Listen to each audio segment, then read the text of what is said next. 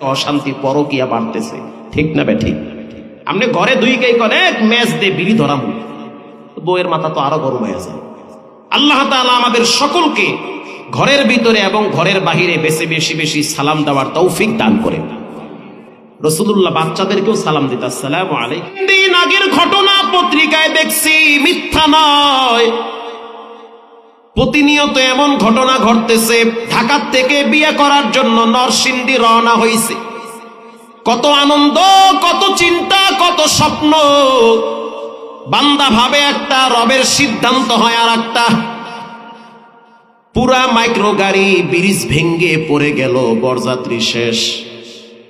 Same ঘটনা গত বছর জালকাঠিতে ঘটেছিল, বরিশালে। বরযাত্রী সহ গাড়ি ভেঙ্গে, ব্রিজ ভেঙ্গে পানিতে চলে গেল।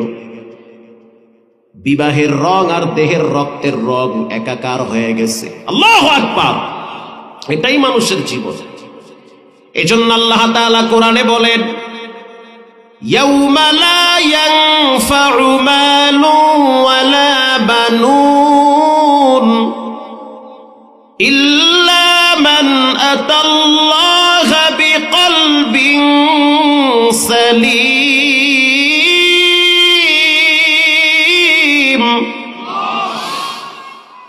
আল্লাহ বলেন, ও মাহমুদুল হাসান, সাবধান, সতর্ক হয়ে যাও।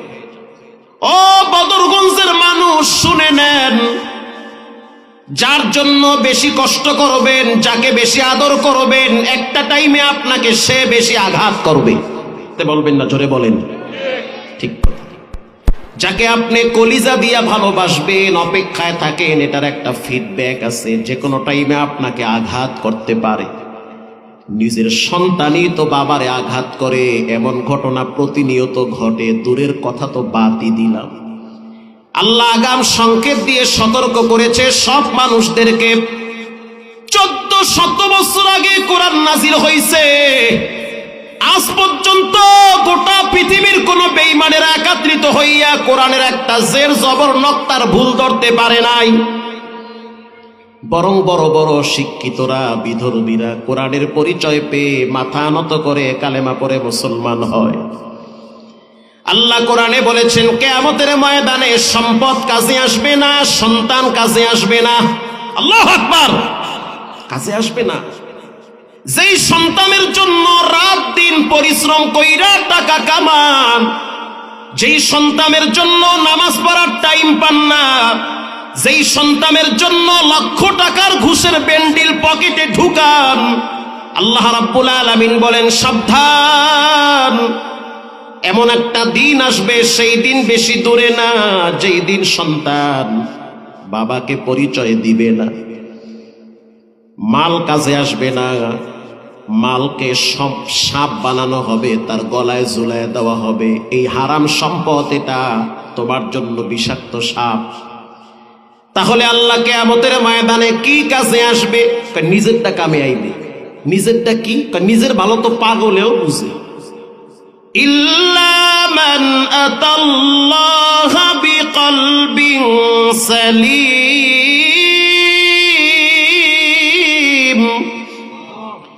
কিয়ামতের ময়দানে পরিষ্কার একটা আত্মা কাজে আসবে।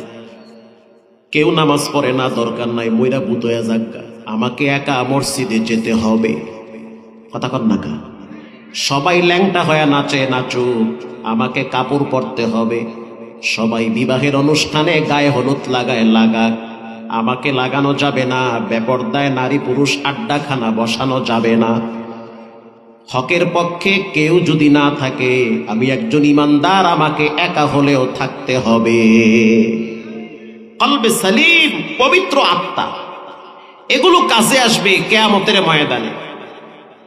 আর এই পবিত্র আত্মাওয়ালা মানুষগুলার কিছু গুণ আছে।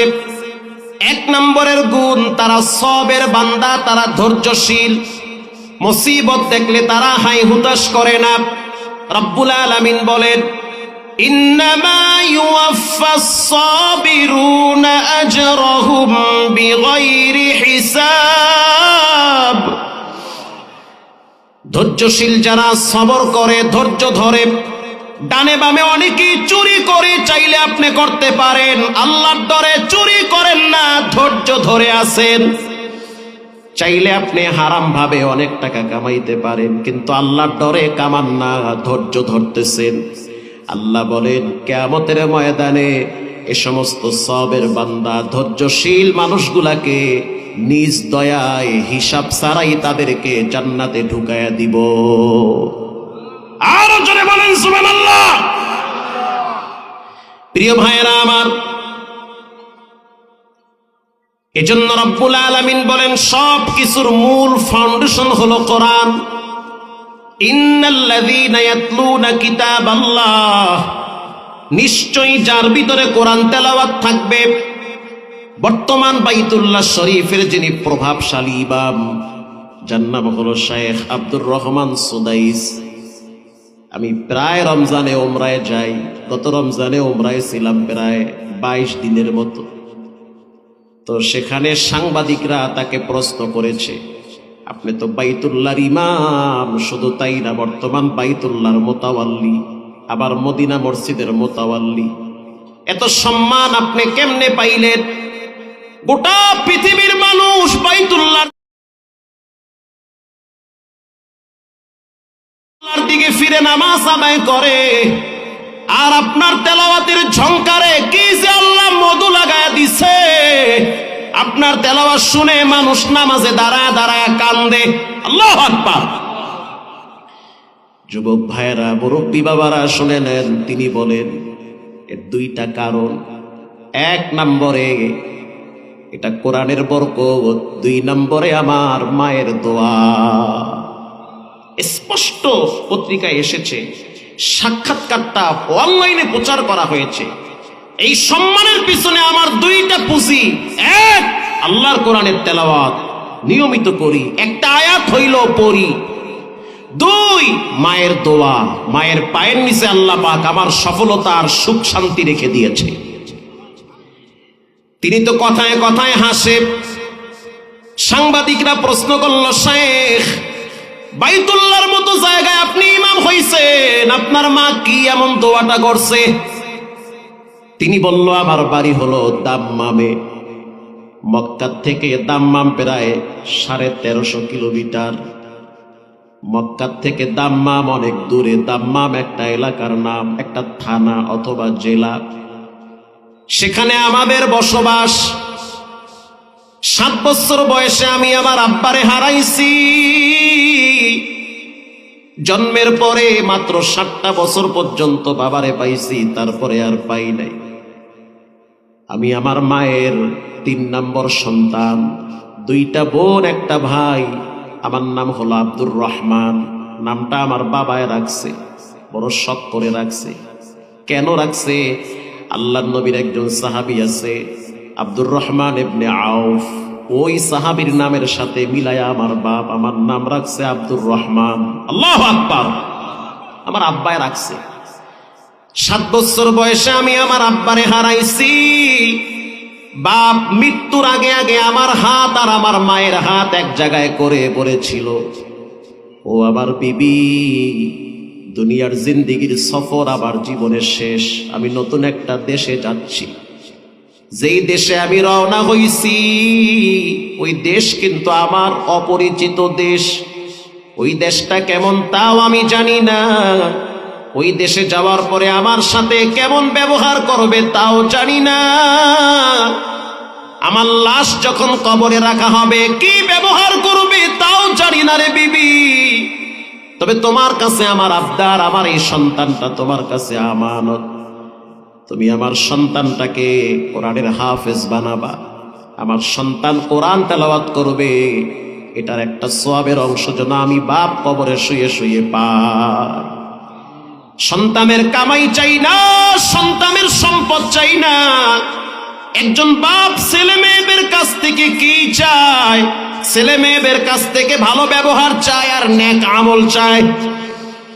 জীবনে যদি মা বাবাকে 1 টাকাও না দেন, মা বাবা কষ্ট পায় না। যদি মা বাবা দেখে ছেলে মেয়েগুলো ভদ্র, নামাজ পড়ে, তাও মনটারে বুঝায় যাক, টাকা না দেশে কি হয়েছে, ছেলে মেয়েগুলা তো দিনদার, নামাজ পড়ে। আর যেই ছেলে মেয়ে দিনদার হয় তারা কখনোই মা বাবাকে অবহেলা করতে পারে না। কষ্ট হচ্ছে আপনাদের? এই 10 মিনিটে ছেড়ে দিচ্ছি। শায়েখ আব্দুর রহমান হাসতেছে আর তার চোখের পানি বায়া বায়া পড়ে। যারা মক্কায় গেছেন রমজান মাসে, কি এক আবেশ, কি এক পরিবেশ, আপনি অস্থির হয়ে যাবেন। তারাবির ভিতরে আল্লাহর কোরআন তেলাওয়াত হয়, 30 লক্ষ মানুষ দাঁড়ায় দাঁড়ায় কোরআন শুনে। 3 ঘন্টা লাগে নামাজে দাঁড়ায় তেলাওয়াত করতে। আল্লাহর কসম দিয়া বললেও কাফারা দেওয়া লাগবে না। আমি জীবনে 2 বার 2টা দেশে গেছি, একবার কাতারে গেছি আর একবার দুবাই গেছি। প্রবাসীরা দাওয়াত দিয়া নিছে, এক এক মসজিদে নামাজ পড়েছি, এক এক রকম তেলাওয়াত মনে হয়েছে। কিন্তু আল্লাহর নামের শপথ করে বললাম, যখন বাইতুল্লাহ রমজান মাসে কিয়ামুল লাইলে দাঁড়াইছি, তখন মনে হয় সবে মাত্র আল্লাহর কোরআন নাজিল হইতেছে। শায়েখ ইয়াসির দুসারি, উরি সুবহানাল্লাহ, এর পড়ায় যে কি মজা। ইন্টারনেট ইউটিউবে সার্চ দিবেন ইয়াসির দুসারি, এত মজা। নামাজে দাঁড়ায় থাকার পরে একটা সেকেন্ডের জন্য মন বাইরে যায় না। কি তেলাওয়াত, মনে হয় যেন রসগোল্লা মানুষের খাওয়া দেয়। আর আপনি 4 দোকানে ভাইয়া বিড়ি আর টিভি নিয়ে ব্যস্ত। প্রিয় ভাইয়েরা আমার, এবার শায়েখ আব্দুর রহমান সুদাইস বলেন, 2 পুঁজির কারণে রব্বুল আলামিন কবুল করেছে। 1 নম্বরে কোরআন তেলাওয়াত করি নিয়মিত, 2 নম্বরে মায়ের দোয়া। তা আমার বাবার মৃত্যুর পর আমার মা চিন্তা ভাবনায় পড়ে গেছে যে কি করা যায়, ছেলেটাকে কেমনে হাফেজ বানানো যায়। তা আমার মা নিজে কোরআন তেলাওয়াত করতে পারে, কারণ আমার মা হলো আরবি মা, তার বাড়ি হলো আরবে। ওই 6 বছর বয়স থেকে সে আমাকে কোরআনের বিভিন্ন আয়াত, বিভিন্ন সূরা শোনায়া শোনায়া তেলাওয়াত করায়া মুখস্থ করাইছে। 7 বছর বয়সে যখন আমি হেফজখানায় ভর্তি হব, তখন আমার মা মাদ্রাসায় ভর্তি করার আগে আমার মা সিদ্ধান্ত নিছে যে প্রথম আমি সন্তানকে নিয়ে ওমরায় যাব। আল্লাহর ঘরে গিয়া প্রথম আল্লাহর সামনে দাঁড়াইয়া দোয়া কইরা সন্তানের মঙ্গল কামনা করব। আল্লাহু আকবার। এবার আমার মা আমাকে নিয়ে ওমরায় চলে আসছে, সাথে আমার মামা ছিল। ওমরার সফরে যখন আসছে, আমার মামা আর আমার মা আর আমি 3 জনে, আমার মামা চলে গেল তায়েফে কোনো একটা কাজে। আমার মা আর আমি 2 জনে সিদ্ধান্ত নিলাম তওয়াফ করব। মা সিদ্ধান্ত নিল যে আমারে সারা তওয়াফ করবে, কারণ যদি আমি হারায় যাই অথবা আমার মা যদি হারায় যায়। এজন্য আমার মা আমাকে বলেছে, আব্দুর রহমান, মাকামে ইব্রাহিমের পাশে একটু দাঁড়াও, আমি তওয়াফ শেষ করে তোমাকে নিয়ে সাই যাব। আব্দুর রহমান ওখানে দাঁড়িয়ে আছে, তার মা তওয়াফ করতেছে। আব্দুর রহমান সুদাইস বলেন, আমি তো দুষ্টামি করতেছিলাম, ছোট মানুষ। আমি মাকামে ইব্রাহিম থেকে চলে গেলাম জাবালে আবু কুবাইস পাহাড়ের দিকে। আমার মা তাওয়াফ শেষ করার পর চলে আসছে মাকামে ইব্রাহিমের কিনারায়। আয়েশা দেখলো আমি নাই, তখন আমার মা কেঁদে দিয়েছে, সন্তান বুঝি আমি হারায় ফেলাইছি। এক তো স্বামী হারাইছি, মনের ভিতরে পাথর চেপে বসে আছি, আবার বুঝি সন্তানটারেও হারাইছি। আমার মা ওখানে দাঁড়ায় চিন্তায় পড়ে গেল, যদি আমি ছেলেকে খুঁজতে যাই হয়তো আমিও ছেলে পাবো না, ছেলে আমাকে পাবে না। তার চেয়ে আমি এখানেই দাঁড়ায় থাকি, ছেলে ঘুরে ফিরে এখানে আসবে। আমার মা তখন ওখানে দাঁড়ায় দাঁড়ায় লম্বা টাইম 2 হাত তুলে খানায় কাবারের সামনে নিয়ে দোয়া করতেছে। সেই দোয়ার ভিতরে কথাগুলা এমন ছিল, ও কাবার মালিক আল্লাহ, তুমি আমার সন্তানটাকে এই কাবার ইমাম বানায়া দাও। মুসল্লি হারায়, ইমাম তো হারায় না। যেহেতু আমি আমার সন্তানকে খুঁজে পাই না, অতএব যদি আমার সন্তান এই কাবার ইমাম হয় তখন তো আর খোঁজা লাগবে না, এমনি পেয়ে যাব। ইন দি মিন টাইমে আমি মায়ের পিছনে দাঁড়ায়া মায়ের কথাগুলো শুনতেছি। আমি দুষ্টামি করি, মায়ের পিছনে দাঁড়ায়া হাত তুলছি। মা যখন দোয়া করতেছে তখন পিছনে আমি বলতেছি আমিন। যখন আমিন বলছি হয়তো আল্লাহ রাব্বুল আলামিন ওই টাইমে মায়ের দোয়া কবুল করেছে। এরপরে মাদ্রাসায় ভর্তি করলো, কয়েকদিনে কোরআনের হাফেজ হয়ে গেলাম। আল্লাহ রাব্বুল আলামিন কালের আবর্তনে বাইতুল্লাহর ইমাম বানাইছে। 36 বছর পর্যন্ত তিনি খানায় কাবায় ইমামতি করে। বয়স হয়ে গেছে, বুড়া হয়ে গেছে, এখনো যখন তেলাওয়াত করে মনে হয় তরুণ নওজোয়ান যুবক তেলাওয়াত করতেছে। প্রিয় যুবক ভাইয়েরা, আমার মায়ের দোয়া নেন, কোরআন তেলাওয়াত করেন, পারেন না তো 2টা আয়াত তেলাওয়াত করেন। রাস্তায় হাঁটতেছেন, ফাঁকে একটা আয়াত তেলাওয়াত করেন। বিছানায় শুয়ে আছেন, ঘুমাবার আগে পারেন না তো একটা সূরা তেলাওয়াত করেন। ও পর্দার ভিতরের মা বোনেরা, কিছুই যদি না জানেন কমপক্ষে সূরা ইখলাস পড়ে বিছানায় শুয়ে পড়েন। আল্লাহ রাব্বুল আলামিন বলেন, ইন্নাল্লাযীনা ইয়াতলুনা কিতাবাল্লাহ, 1 নম্বরে যারা কোরআন তেলাওয়াত করে, ওয়া আকামুস সালাহ, 2 নম্বরে যারা নামাজ কায়েম করে, ওয়া আনফাকু মিম্মা রাযাকনাহুম সিররাও ওয়া আলানিয়াতান ইয়ারজুনা তিজারাতাল লান তাবুর, 3 নম্বরে আল্লাহর রাস্তায় যারা দান খায়রাত করে। এই 3টা আমল যার জীবনে থাকবে তার জন্য রব্বুল আলামিন নিরাপদে জান্নাতের গেট খুলে দিবে।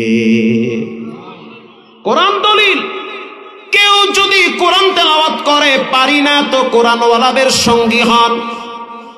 মাঝে মাঝে রাত্র 3টায় 4টায় গিয়া মাদ্রাসায় কোরআনওয়ালাদের পাশে একটু বসেন, মনে হবে পৃথিবীর সবচেয়ে শান্তিময় জায়গায় বসে আছেন। এজন্য যুবক ভাইয়েরা, মুরব্বী বাবারা, বিনয়ের সহিত বলি, জীবনে মা বাবার সাথে বেয়াদবি করবেন না, হারাম খাবেন না। পারলে মাদ্রাসার বন্ধু হন, না পারলে বিরোধিতা করবেন না, পারলে উৎসাহিত করেন, না পারলে 1 মাইল দূরে থাকেন। কখনোই খোসাখুসি করবেন না, নামাজ ছেড়ে দিয়েন না, হারাম খায়েন না, আম্মা আম্মার সাথে বেয়াদবি করিয়েন না। তৈয়ার হয়ে যান, যে কোনো সময় কবরে যেতে হবে। দিলটা যদি নরম থাকে, তওবার নিয়াইতে 2টা হাত আল্লাহকে দেখায় দেন। নারায়ে তাকবীর। আয় আল্লাহ, এই হাতগুলা জীবনে একবার খানায় কাবার গিলাফের সাথে লাগায় দেন, বলেন আমিন। রঙ্গে তাকওয়া, রঙ্গে সিদ্দিক, রঙ্গে দিন, তাআবদু বাকি বুয়াদবর আবেদিন। 3টা কথা বললাম। 1 নম্বরে কোরআন তেলাওয়াত করবেন, কইরেন। আমি তো আরব বিশ্বে দেখছি, সকালবেলা দোকানের শাটার খুলে কোরআন তেলাওয়াত বাজায়া। আর আমগো দেশের বাঙালিরা এত খারাপ, সকালবেলা শাটার খুলে মমতাজের গান বাজাইয়া। ঠিক না বেঠিক? 2 দিন পরে যখন দোকানে আগুন লাগে, তখন কয় আল্লাহ তুমি কই আর মুই কই, তুমি করো কি? এত মুসিবত আমারে কেন দেন? আপনি গাড়িতে থাকেন, কোরআন তেলাওয়াত বাজান। কোরআনের মতো শান্তিময় কিতাব পৃথিবীতে কি হতে পারে? ঘরের ভিতরে সূরা বাকারা টেপে চালান। বর্তমান জিনদের উৎপাত বেড়ে গেছে, বর্তমান জাদু বেড়েছে, মানুষ মানুষকে ক্ষতি করে জাদুর মাধ্যমে। তা কি জানেন না আপনারা? শায়েখ আহমদুল্লাহ, এরপর আরো অনেক বড় বড় আলেমদেরকে বিভিন্নভাবে জাদু করা হয়, অনেক বাচ্চাদেরকে জাদুর মাধ্যমে শেষ করা হয়। জাদু কাটার জন্য প্যারাসিটামল চলবে না, আর ওই ডাক্তারখানায় গিয়া সিরিয়াল ধরলে কাজ হইবে না, ওখানে কারো মুন্সিগিরি চলে না। জাদু কাটার মূল মন্ত্র হলো সূরা নাস আর ফালাক। সুবহানাল্লাহ বলেন। সূরা নাস ফালাক তেলাওয়াত করেন, বাচ্চাদের শরীরে দম করেন। আল্লাহ তাআলা আমাদের সকলকে এই সংক্ষিপ্তভাবে যে কথাগুলো বললাম এগুলোর উপরে আমল করার তৌফিক দান করেন। এই প্রতিষ্ঠানটা হাজী সাহেব, ওনার সাথে আমার দেখাও হয় না, খালি শুনছি ফোনে হাজী সাহেব। যাই হোক, আল্লাহ ওনাকে সুস্থতার সহিত মৃত্যু পর্যন্ত মাদ্রাসার খাদেম হিসাবে কবুল করুন। আরো জোরে বলেন। বেলকুচি, ওখানেও দেখছি ঢাকার একজন পয়সাওয়ালা বিশাল একটা মসজিদ বানাইছে, পাশে একটা মাদ্রাসা, ছোট্ট একটা কবর। তা আমাকে নিয়ে আসছে সেখানে ওয়াজ করানোর জন্য। তো সে আমাকে তার দিলের কষ্টের কথাগুলো বলল, হুজুর টাকা পয়সা, স্ত্রী সন্তান সব আল্লাহ দিছে, কিন্তু কেন জানি আমার কলিজার শান্তি এখানে আসলেই পাই। মসজিদে নামাজ পড়ি, মাদ্রাসায় গিয়ে বাচ্চাদের সাথে একটু কোরআন তেলাওয়াত শুনি, মনে হয় যেন এটা বেহেশতের বাগানে আল্লাহ আমারে রাখছে। সুবহানাল্লাহ বলেন। আর আমি মারা গেলে আমার লাশটা মসজিদের পাশেই রাখবে, এর চেয়ে শান্তি আমার জীবনে কি হতে পারে? ছেলে মেয়ে দোয়া নাও করতে পারে, বেলাইনে চলে যেতে পারে, স্ত্রী আরেকজনের সাথে যেতেই পারে, অবাস্তবের কিছুই নাই, কিন্তু আমার কষ্টের টাকার দ্বারা যেটা করছি এটা মরার পরে তো সদকায়ে জারিয়া, কবরে সওয়াব যেতেই থাকবে, কেউ ঠেকাতে পারবে না, এটার ভাগ কেউ হবে না।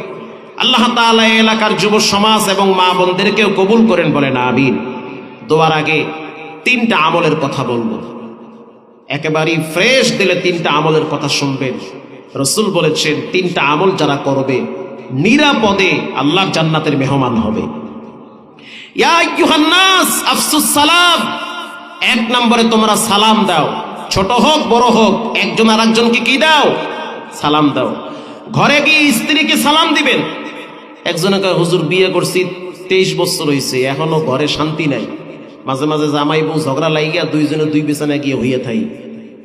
আমি বললাম তাবিজও তো আমার কাজ হয় না, তাবিজ পারিও না, পানি ভরায় অ্যাকশন আগের মতো নাই, মানুষের বাড়ি খাই, কেটা কেমনে খাওয়ায় আল্লাহই জানে, আগের মতো আর ধার পাই না পানি ভরায়, এটা কাজ করে।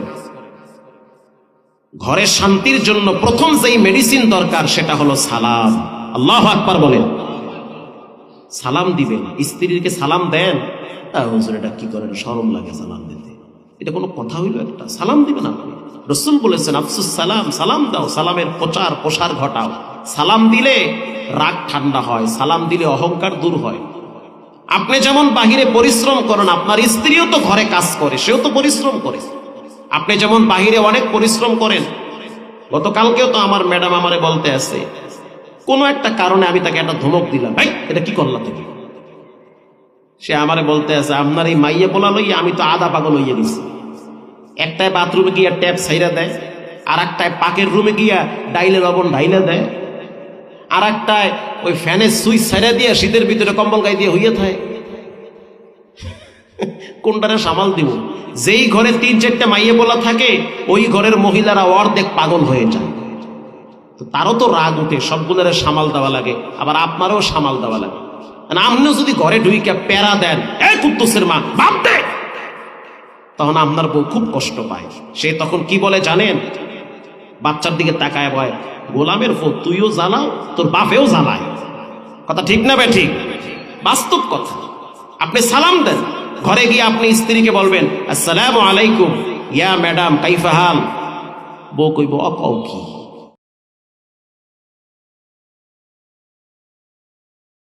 সালামটা বুঝি, বাকিগুলো কি উর্দু কইছো না ফার্সি কইছো? বাদ দেন, আপনি সালাম দিয়ে বলেন বউ কেমন আছো। এটা বললে কি পাপ হবে? না কয় কারা? যারা বিয়ে করে না হেরা কয় না। পাপ হবে? সওয়াব, এটা ভালো কাজ, দাম্পত্য জীবন সুখময় হবে, বাচ্চা কাচ্চা তাড়াতাড়ি মানুষ হয়ে যাবে। আপনি সালাম দেন আসসালামু আলাইকুম কেমন আছো। আপনার বউ একটু লজ্জা পাবে। আপনি যদি বলেন হাতটা বাড়াও একটু মুসাফা করি, কত মোল্লা মুন্সির লাগে মুসাফা করেন, কত হুজুরগুলাকে মুসাফা করেন, কত মানুষের লাগে বাহিরে আপনি হ্যান্ডশেক করেন, বইয়ের সাথে একটু মুসাফা করেন, কি পাপ হবে নাকি? ভালো কাজ। স্ত্রী দেখবেন লজ্জায় হাত বাড়াবে না, এটা হলো শরীয়তে শারতে ইসলাম, ইসলামের সৌন্দর্য এটা। দাম্পত্য জীবন কলহ দূর হবে, দ্বন্দ্ব দূর হয়ে যাবে, পরস্পরের ভিতরে ভ্রাতৃত্ব বন্ধন তৈরি হবে। সুবহানাল্লাহ বলেন। আপনি বলেন যে হাত বাড়াও একটু মুসাফা করি, আপনার স্ত্রী লজ্জা পাবে, সে বলবে কি কি শুরু করলা তুমি, এগুলো বাচ্চা কাচ্চা চায় রয়েছে আমগো দিকে। কথা ঠিক না বে ঠিক? আপনি জোর কইরা তার হাত নিবেন, নেওয়ার পরে মুসাফা করবেন, এমন একটা হাসি মারবে বিয়ার পরে ওই হাসি আপনি জীবনে দেখেন নাই। ঠিক না বে ঠিক? হ্যাঁ ঠিক কথা। এরপরে আপনি আপনার স্ত্রীকে খুশি করার জন্য বেশি কিছু লাগে না, 50 টাকা হাতে ঢুকায়া দেয়, কত টাকাই না চা বিড়ি খাইতে যায়, পান খাইতে যায়, 50 টাকা ঢুকায়া দিয়ে বলেন যে সকালবেলা লিপস্টিক কিনা ঠোঁটে ঘষছ। খুশি না বেজার? খুশি। আলহামদুলিল্লাহ, অনেকেই এই আমলটার উপরে ফলাফল ভালো পাইতেছে। ঘরে ঘরে আজকে অশান্তি পরকিয়া বাড়তেছে। ঠিক না বে ঠিক? আপনি ঘরে দুই কে অনেক ম্যাচ দিয়ে বিড়ি ধরাবো, বউয়ের মাথা তো আরো গরম হয়ে যায়। আল্লাহ তাআলা আমাদের সকলকে ঘরের ভিতরে এবং ঘরের বাহিরে বেশি বেশি বেশি সালাম দেওয়ার তৌফিক দান করেন। রাসূলুল্লাহ বাচ্চাদেরকেও সালাম দিত, আসসালামু আলাইকুম সালাম দিত। 2 নম্বরে ওয়া আতইমুত তুআম, মানুষদেরকে খাবার